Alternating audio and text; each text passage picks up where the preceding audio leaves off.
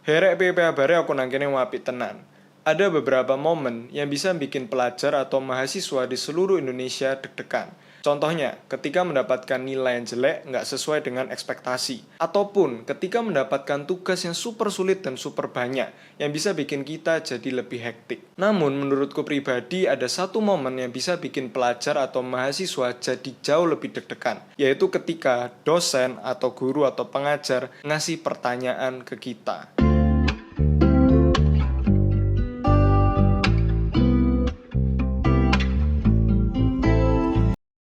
Sebenarnya itu adalah hal yang wajar dong di satu proses pembelajaran. Selama pengalamanku ya, selama kuliah 3 semester ini, walaupun dilakukan secara online, momen itu bisa bikin lebih deg-degan. Salah satu buktinya adalah ketika dosen udah mulai ngasih pertanyaan ke beberapa mahasiswa, tiba-tiba partisipan di dalam Zoom itu langsung berkurang dengan banyak. Sebenarnya itu adalah hal yang sangat wajar, tapi kenapa kita jadi lebih takut dan jadi lebih deg-degan ya? Menurutku, alasannya sederhana, karena kita takut salah.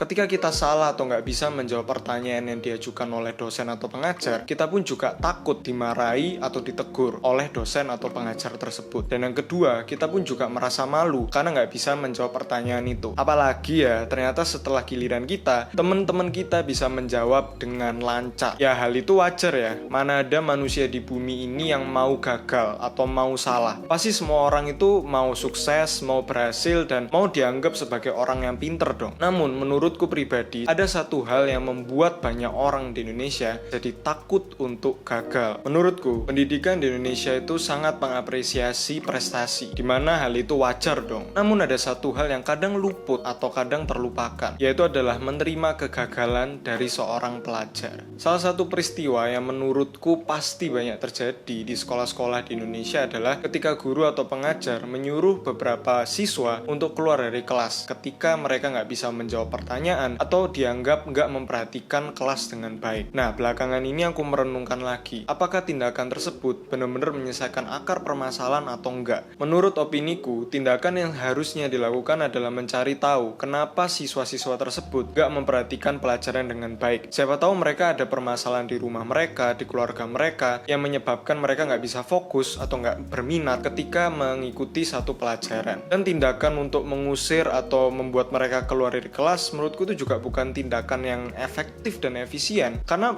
mereka malah tertinggal dong, lebih tertinggal daripada teman-temannya, dan itu malah membawa permasalahan yang baru lagi. Dari situ kita bisa melihat ternyata ada banyak metode pembelajaran yang hanya mengapresiasi murid-murid yang berprestasi. Namun untuk murid-murid atau siswa yang tertinggal atau memang kurang bisa atau berbakat, bukannya malah didukung atau malah dicari akar permasalahannya, mereka disuruh keluar atau mereka hanya dimarahi, dan malah membuat siswa-siswa yang lain menjadi takut. Mereka akhirnya punya mindset bahwa oke, aku harus bisa di pelajaran ini karena aku takut dihukum. Oke, aku benar-benar gak boleh melakukan kesalahan, karena kalau misalnya aku salah nanti disuruh keluar. Hal itu malah membuat banyak murid itu menjadi lebih perfeksionis, tapi perfeksionis ke arah yang lebih buruk, karena mereka menganggap bahwa mereka gak boleh melakukan kesalahan satupun, dan hal ini bisa berbahaya untuk masa depan. Ketika sudah terbiasa dituntut untuk menjadi lebih perfeksionis dari kecil, maka ketika sudah dewasa, di mana manusia itu nggak ada yang sempurna, dan pasti ada satu titik di mana itu menjadi titik terendah dalam hidup kita. Nah, orang-orang yang sudah terbiasa perfeksionis dan merasa bahwa aku nggak boleh gagal sama sekali, nah itu malah menjadi lebih sulit ketika mereka survive dari suatu krisis yang mereka hadapi. Oleh karena itu, menurutku namanya kegagalan di dalam pendidikan itu adalah satu hal yang wajar. Bukankah kegagalan itu bisa menjadi satu pembelajaran?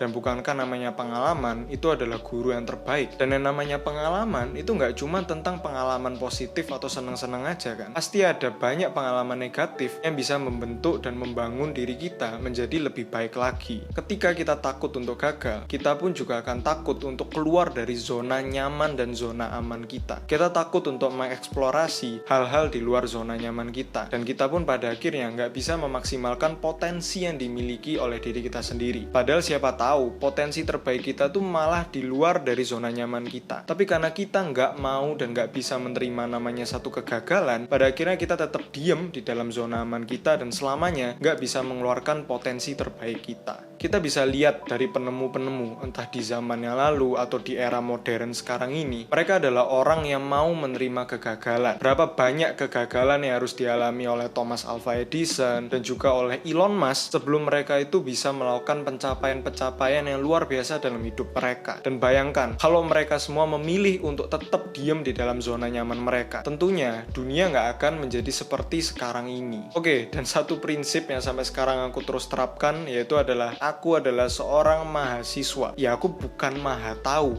ataupun serba tahu. Dan bukankah itu adalah tugas ataupun outcome yang diharapkan dari seorang mahasiswa? Yaitu dari yang tadinya nggak tahu, jadi lebih tahu. Jadi ya kita harus menerima bahwa ada satu titik di mana kita emang nggak tahu tentang materi itu. Dan sudah menjadi tugas kita untuk mempelajari dan mengeksplor materi tersebut. Jadi sekarang ya, buat teman-teman, dan ini juga pembelajaran buat aku, kalau misalnya dapat pertanyaan dari dosen, jangan langsung kabur ya, jangan langsung pencet leave, tapi ya tetap diikuti aja dan jawab setahu kita, dan ya berusaha dulu, jangan langsung nyerah. Kalau misalnya salah, ya pelajari lagi jawaban yang lebih betul atau lebih tepat. Jadi intinya adalah kita harus berani untuk gagal. Ya kalau misalnya teman-teman menganggap bahwa oke, berarti aku sekarang serampangan aja lah ya, nggak usah mikir betul salah, ya nggak gitu ya. Kalau misalnya teman-teman malah menganggap kayak gitu, tonton ulang video ini lagi. Selain dapat watch time, ya semoga teman-teman bisa mendapatkan poin yang aku maksud dari video ini. Thank you udah nonton video ini. Mohon maaf kalau misalnya ada kata-kata atau informasi yang kurang berkenan. Dan silakan like, share, subscribe kalau misalnya suka dengan konten-konten di channel Sijo Tahu. Silakan tulis komen di bawah juga kalau misalnya ada opini pribadi, saran ataupun kritikan kepada channel ini. Thank you sekali lagi dan Tuhan berkati. Stay safe and stay healthy, right?